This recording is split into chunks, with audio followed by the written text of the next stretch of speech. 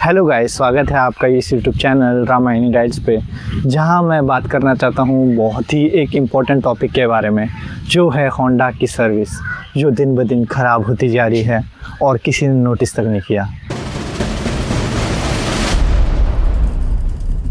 तो मेरे पास है होंडा की CB350 RS, जिसकी मैं सेकेंड नहीं थर्ड सर्विस कराने गया था। तो जब मैं थर्ड सर्विस के लिए गया था मेरी होंडा CB350 RS को लेकर, तो उसका फेंडर का बैक पार्ट जो प्लास्टिक का होता है, मतलब पूरा फेंडर इसका CB350 RS का, वो टूट चुका था।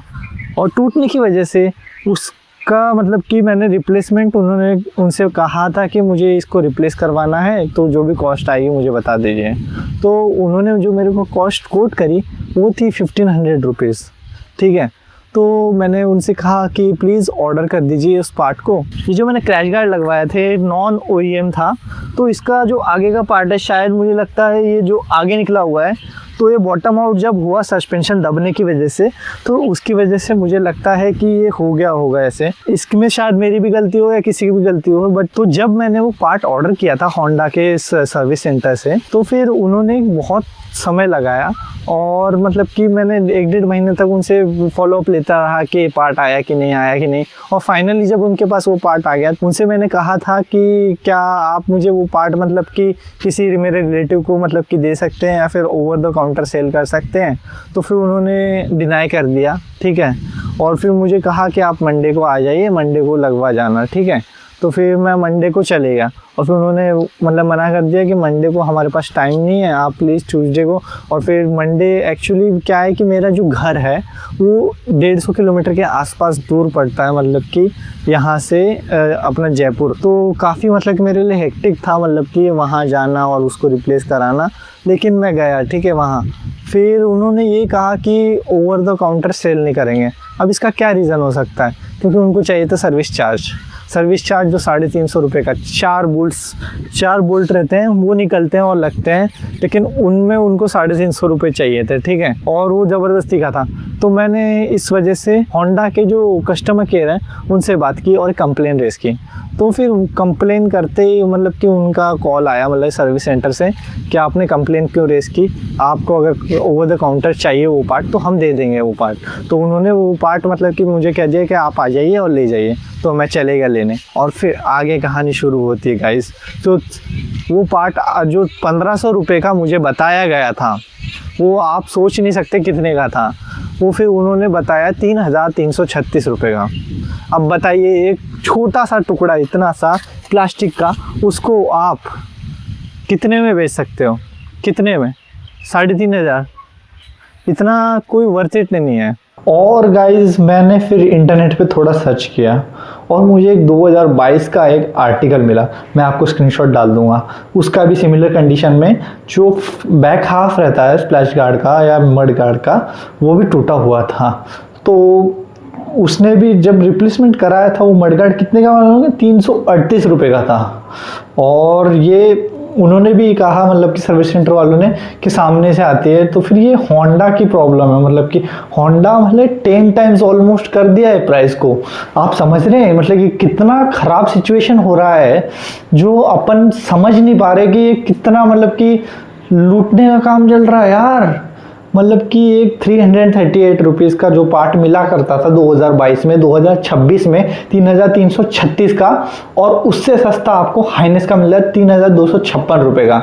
सो मैंने हाइनेस का ले लिया फिर, क्योंकि कुछ ना कुछ तो लगाना ही पड़ता। और हाइनेस का एक्चुअली मेटल का है, तो फिर वो बेटर रहेगा, लेकिन ठीक है, अब मैंने लगवा दिया। लेकिन मेरा ये सवाल है होंडा से कि आप क्या करना चाहते हो, करना क्या चाहते हो आप? क्योंकि मेरा जो दिमाग ख़राब हुआ था उस टाइम पे, बहुत ज़्यादा ख़राब हुआ था।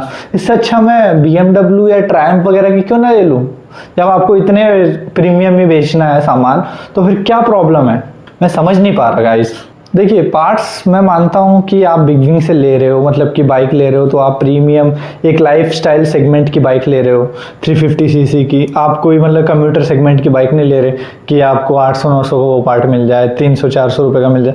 मानता हूँ 1500, 1000, 1200, ठीक है, एक मतलब कि एक प्रीमियम देते हो आप।